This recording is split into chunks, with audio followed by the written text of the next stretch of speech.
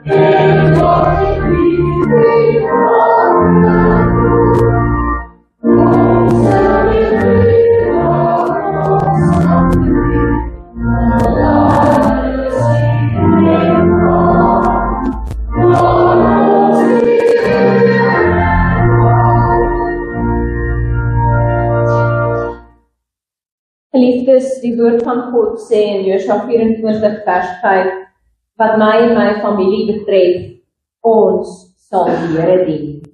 Aan almal wat aan God behoort, getroue broers en susters in Christus, genade en vrede vir julle van God ons Vader. Amen.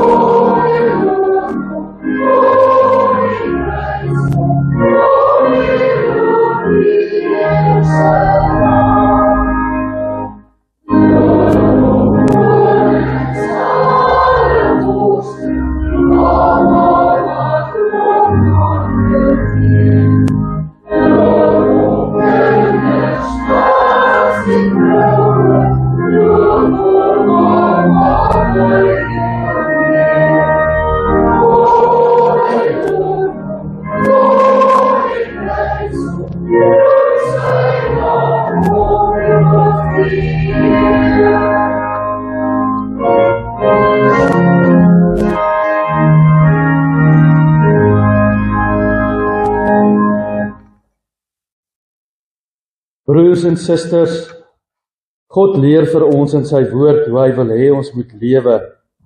Kom ons meet ons lewe aan God se woord in Kolossense 3 vers 12 tot 17. Julle is die uitverkore volk van God wat hy baie lief het. Daarom moet julle meelewend, goedgesind, nederig, sagmoedig en verdraagsaam wees. Wees geduldig met mekaar en vergewe mekaar as die een iets teen die ander het. Soos die Here julle vergewe het, moet julle mekaar ook vergewe. Bo dit alles moet julle mekaar lief hê. Dit is die band wat julle tot volmaakte eenheid saambind. En die vrede wat Christus gee, moet in julle lewens die deurslag gee. God het julle immers geroep om as lede van een liggaam in vrede met mekaar te lewe. Wees altyd dankbaar. Die boodskap van Christus moet in sy volle rykdom in julle bly.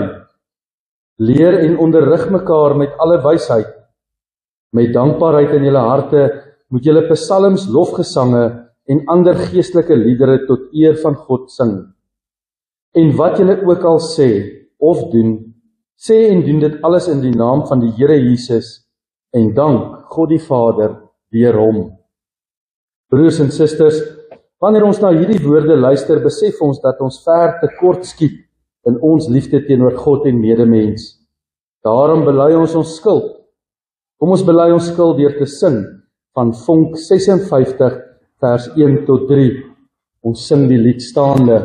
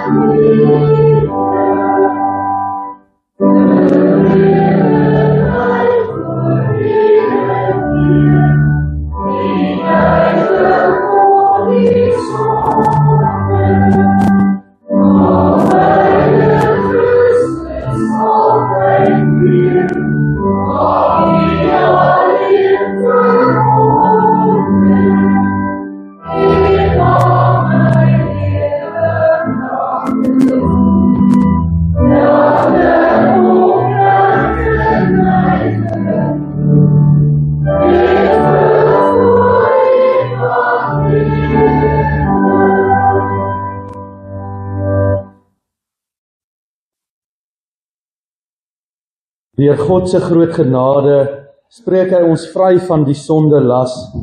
Van hierdie vryspraak lees ons in Kolossense 3 vers 9 en 10. Julle het met die ou sondige mens en sy gewoontes gebreek en leef nou die lewe van die nuwe mens, wat al hoe meer vernuwe word na die beeld van sy Skepper en tot die volle kennis van God. Kom ons antwoord op God se genade deur te sing van Vonk 205 vers 1. Yeah.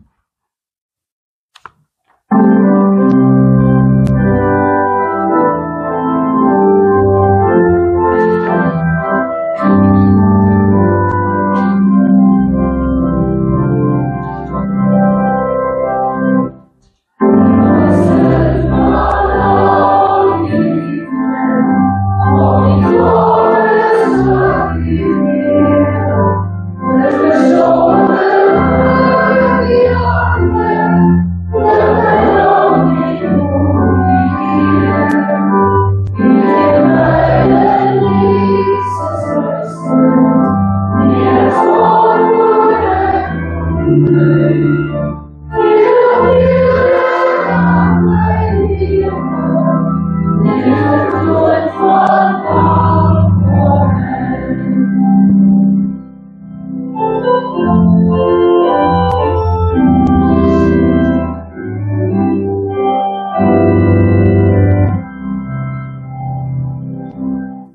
ons lees saam uit Genesis 4. Ons lees die hele hoofstuk met verskeie opskrifte. Die eerste is Kain en Abel, die bekende verhaal, dan die nageslag van Kain en die geboorte van Set. Ek lees uit die 1983 vertaling, Genesis hoofstuk 4.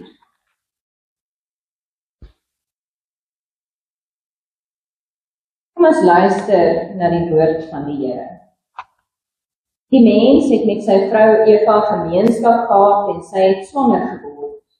Sy het vir Kain in die wêreld gebring en uitgeroep, ek het 'n man in die wêreld gebring met die hulp van die Here. Sy het weer 'n kind gekry, Abel, 'n broer vir Kain. Abel was 'n veeboer en Kain 'n saaiboer. Na verloop van tyd het Kain van die opbrengs van die land 'n offer aan die Here gebring. Abel het dit ook gedoen, van die eerstelinge uit sy kudde van hulle vet. Die Here het vir Abel en sy offer aangeneem, maar nie vir Kain en sy offer nie. Kain het baie kwaad geword en hy was bedruk. Toe sê die Here vir Kain, waarom is jy kwaad? Waarom is jy bedruk? Wag daar nie vir jou blydskap as jy goed doen nie? As jy nie goed doen nie, die sonde wag jou in daar buite en hy wil jou in sy mag kry. Maar jy moet oor hom heers. Kain het met sy broer Abel gepraat en toe hulle in die veld was, het Kain vir Abel oorweldig en hom doodgemaak. Toe vra die Here vir Kain, waar is jou broer Abel? En Kain antwoord, ek weet nie, moet ek dan my broer oppas? Maar die Here sê, wat het jy gedoen? Die bloed van jou broer roep van die aarde af na my. Vervloek is jy dan nou, verban van die grond af wat gretig die bloed van jou broer uit jou hand opgeslurp het.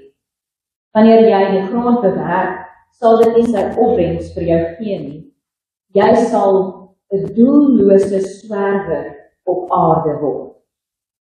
Toe sê Kain vir die Here, my straf is te swaar om te dra. U verdryf my nou van my grond af en tot u het ek nie meer toegang nie. Ek sal 'n doellose swerwer op aarde wees en wie my raakloop sal my vermoor. Maar die Here sê vir hom, nee, wie vir Kain vermoor sal 7 maal gestraf word. Toe gee die Here vir Kain 'n teken, sodat niemand wat hom raakloop hom sou doodmaak nie. En Kain het van die Here af weggegaan, en gaan woon in Nod, oos van Eden. Vers 17, Kain het met sy vrou gemeenskap gehad en sy het swanger geword en vir Henog in die wêreld gebring. Kain het daarna 'n stad begin bou en hy het die stad na sy seun Henog vernoem.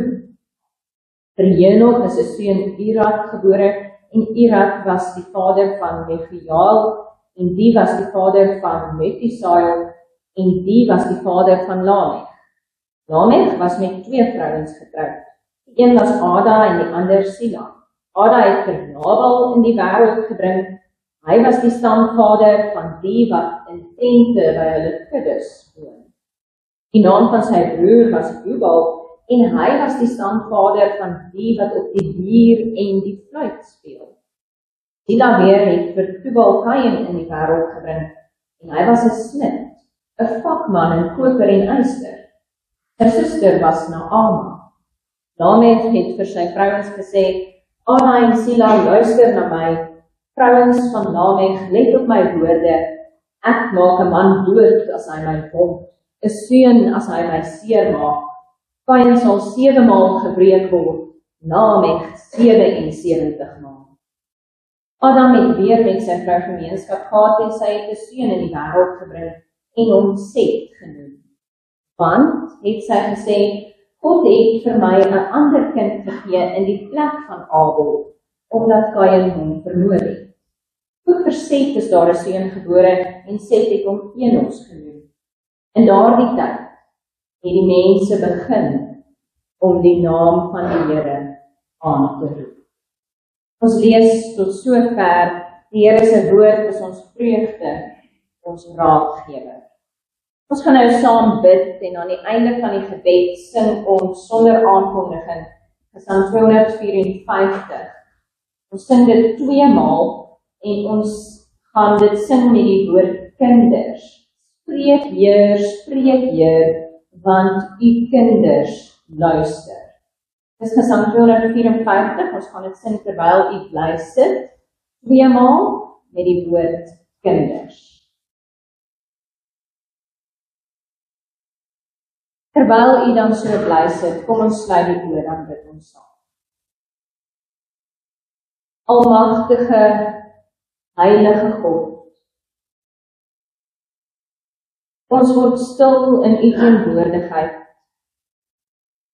diep afhanklik, diep bewus van ons eie sonde en tekortkominge. Ons besef maar al te goed, o Heer, hoe dat hierdie lewe ons opsluk, ons vasvang, hoe dat ons so vinnig fokus verloor, met die oog op die aardse gerig leef, en nie op die ewige nie. Ja, o Heer, ons verhouding met u geniet allerminst prioriteit in ons lewens, in ons woorde, in ons gedagtes. En daarom wil ons ook skuldbelydend voor u buig. Wil ons u smeek om in genade die hand na ons te reik. Want uit ons eie kan ons nie uit hierdie toestand van sonde verlorenheid verlos word nie. Dit is slegs deur u liefde en genade, deur u vergifnis, wat daar vir ons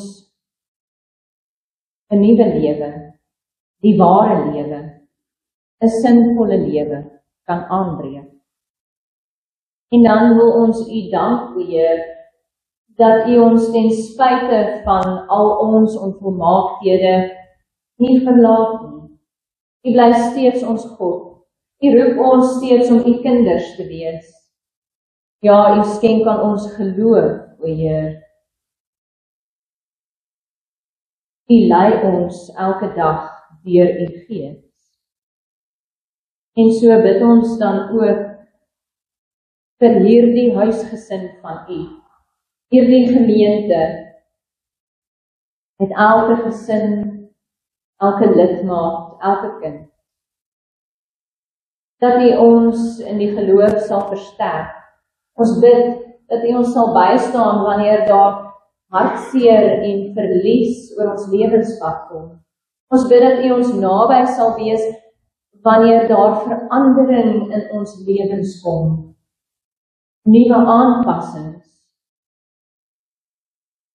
Ons bid dat u ons sal bystaan wanneer daar kommer in ons hart is oor werk, gesondheid, verhoudings. Want dit is u alleen, o Heer, wat ons daardeur kan dra. En wanneer ons dan vanoggend hier byeen is, deur u Gees saamgeroep om te luister na u woord, vra ons in nederige afhanklikheid dat u tot ons sal spreek. Ja, spreek Heer, want u kinders luister. Dis net u woord, Heer, wat weer lig bring in duister.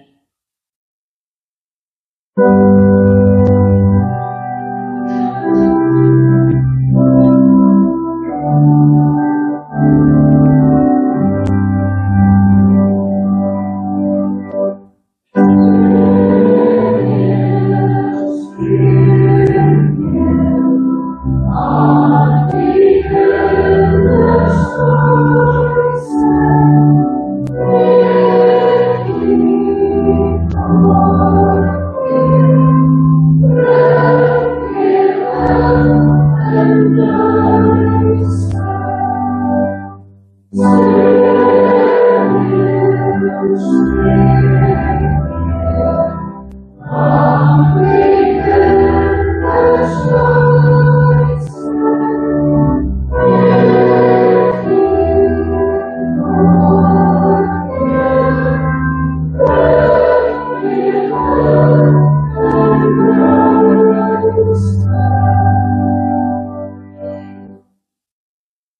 Ons preeklied kom uit Psalm 541, aan die einde van die preek, waar ons al die verse gaan sing, Psalm 541.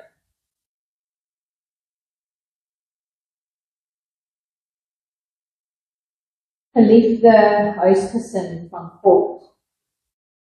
Ons ken almal die basiese beginsels van 'n gesonde leefstyl. Jy moet gebalanseerd eet met genoeg proteïene, vars groente en vrugte as deel van jou daaglikse dieet. Jy moet gereeld oefen, baie water drink en ook genoeg rus inkry.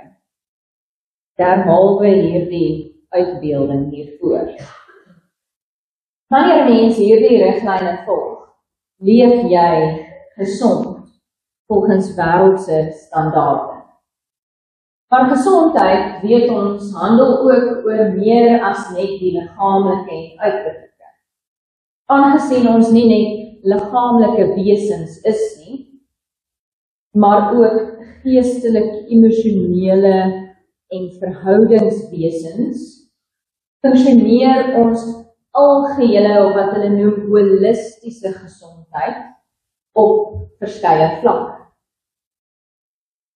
Maar hoe lyk ons geestelik-emosionele gesondheid?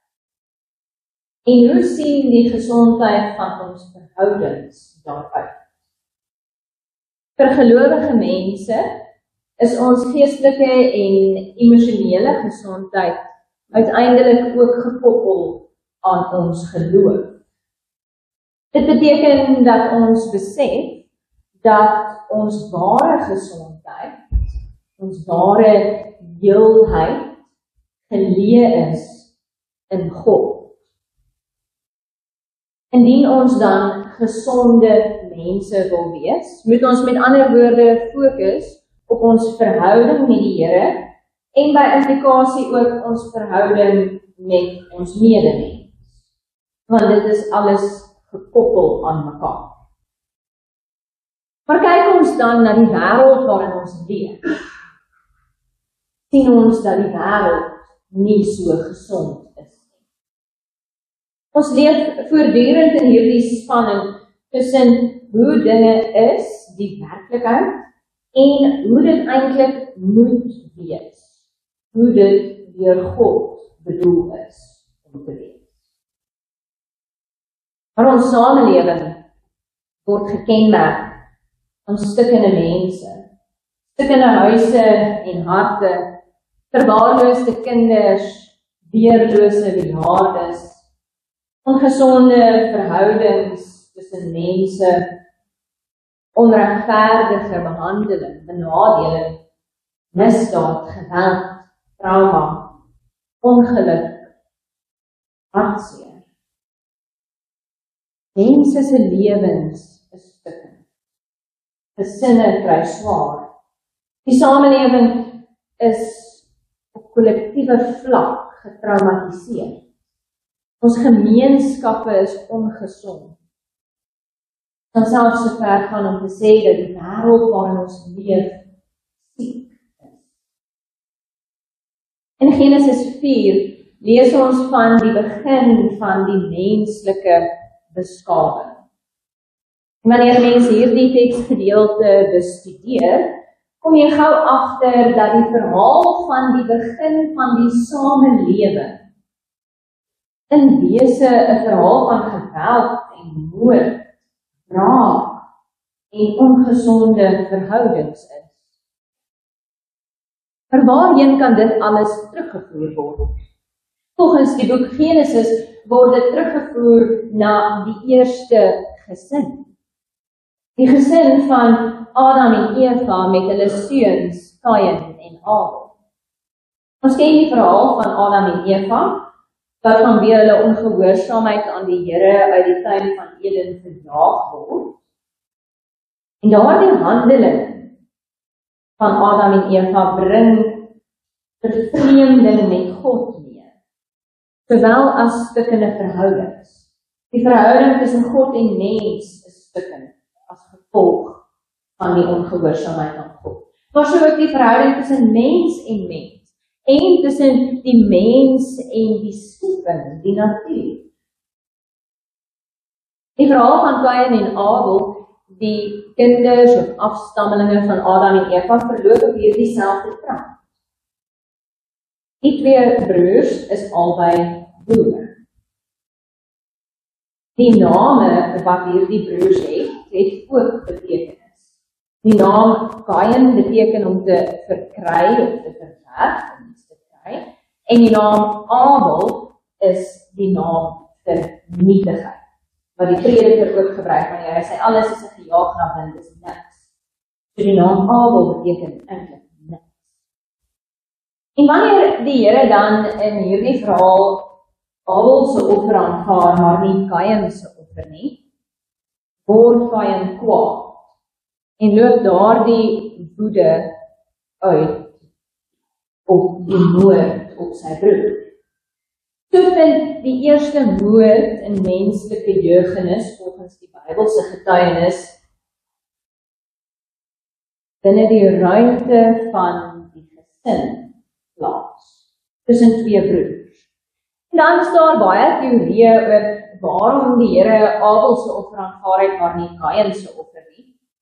En God se betrokkenheid en handelinge in hierdie gebeure is net so kompleks. Maar tog wil hierdie verhaal geloofswaarhede omvat, wat steeds vir ons van waarde kan wees vandag. Genesis 4 wil nie net vir ons 'n verduideliking gee van die begin van die menslike beskawing en samelewing nie. Dit wil veral vir ons 'n blik gee op die gevolge van die sonde en stikkende verhoudings tussen God en tussen mense onderling.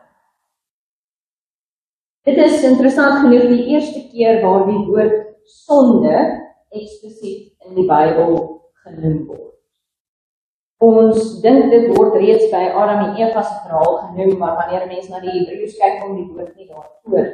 Dis hier by Kain en Abel waar die woord sonde genoem word vir die eerste keer.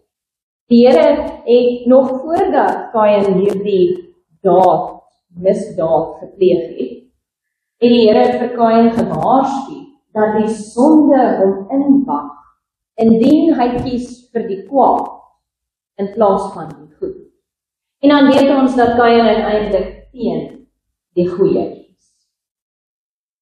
Wanneer die Here dan vir Kain konfronteer, sê hy vir hom, die bloed van jou broer roep van die aarde af na my. Ja, Kain kon nie vir God wegsteek wat hy gedoen het. Die bloedspoor van Kain se optrede teenoor sy broer skreeu teen hemele. Die Here is intiem betrokke by ons denke en optrede in die wêreld. Teenoor ons gesinslede en teenoor ons medemens. Hy weet waar man en vrou met mekaar praat, teer en respekvol of afkrakend en vermakend. Die Here weet waar ouers en kinders met mekaar te doen het, begrypend en gehoorsaam of kras en opstandig. Hy weet waar werkgewer en werknemer in interaksie met mekaar is, harde werk en regverdige behandeling of afskeepwerk en onregverdige behandeling. Hy weet hoe ons oor ander mense praat. Het sy hulle in ons gemeente, gemeenskap of verder is. Begrypend en simpatiek of beledigend en verkleinerend. Ja, oral waar ons met ons medemens te doen het, daar waar ons in verhouding leef met mekaar elke dag, met ons gesinne, met die breër samelewing, is God teenwoordig. Die verhouding met God en die verhouding met die medemens kan nie los van mekaar funksioneer nie.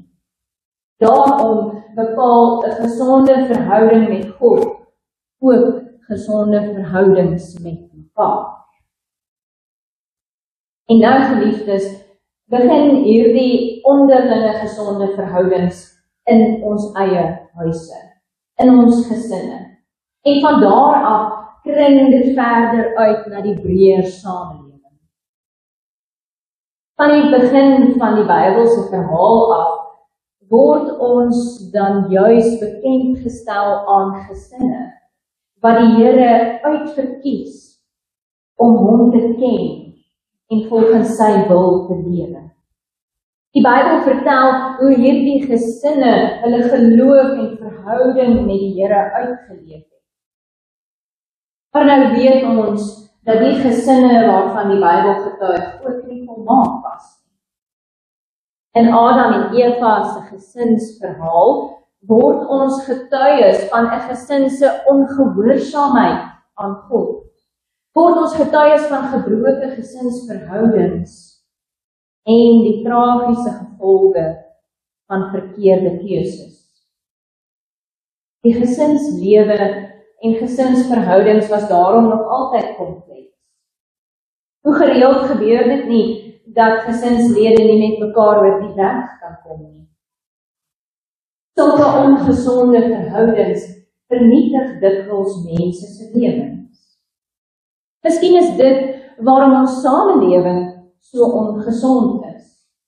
Omdat waardes en norme in ons huise ontbreek, omdat die mag van die sonde oor ons en ons kinders se lewens heers, omdat ons so gesteld is daarop om by te bly met die wêreldse dinge, om in te pas, eerder as om te verseker dat ons volgens God se woord lewe.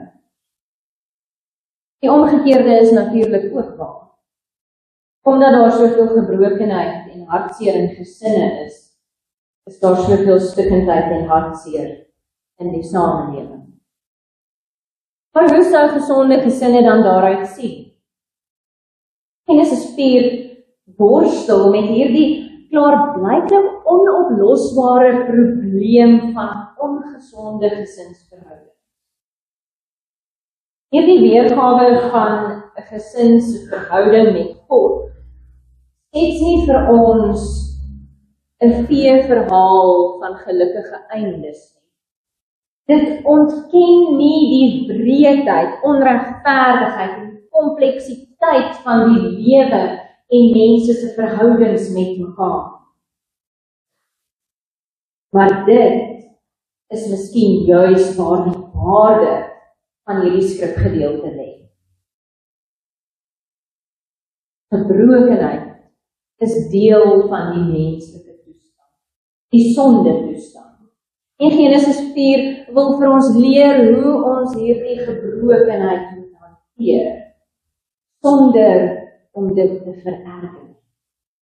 En so leer hierdie gedeelte vir ons dat gesonde gesinne ironies genoeg gebore word uit die gebrokenheid van die lewe. Dit vind plaas waar ons die Kain in onsself herken. Wanneer ons raak sien dat dit eintlik ek is wat nie bereid is om my woede, my selfsug, my eie belang op te gee ter wille van God en die ander nie. Dit gebeur waar ons besef dat ons vir God teleurstel. Dat die bloedspatsels van ons woorde en dade al 'n bloedspoor geword het. Maar dit gebeur ook in die besef dat God nie die een met die bloed op sy of haar hande verlaat of aan hulle eie lot oorlaat nie. Want dit is gelukkig nie net Abel se bloed wat roep om wraak nie, ook die bloed van Jesus Christus bloed. Maar Christus se bloed roep en getuig van iets beter, van vergifnis, van Christus vir ons, te midde van die gebrokenheid. Daarom vind genesing plaas, waar God in Christus reddend en genadig teenwoordig is. Waar ons in ons gesinne, in ons samelewing, in ons woorde, dade, gedagtes, hierdie teenwoordigheid van God erken. Dan word daar die klein oomblikke van liefde, vergifnis, versoening, oomblikke van God se genade. Oomblikke waar mense ten spyte van verskille en onenigheid in die geloof kan verenig. Geliefdes, in die tyd waarin ons leef, net soos in die Bybelse tyd, is gesinne die boustene van die samelewing. Die kerk word uiteindelik ook opgemaak uit gesinne, om die huisgesin van God te vorm. God het ons in Jesus Christus as sy kinders aangeneem. Hy is 'n vader vir ons, Christus 'n broer. En binne hierdie huisgesin van God het ons dieselfde verantwoordelikheid om God se liefde en genade teenoor mekaar uit te leef. En die beste nuus van alles is, dat ons ten spyte van ons gebroke toestand, wel die potensiaal, die vermoë het, om so te kan lewe, om te kies vir die goeie, teen die kwaad.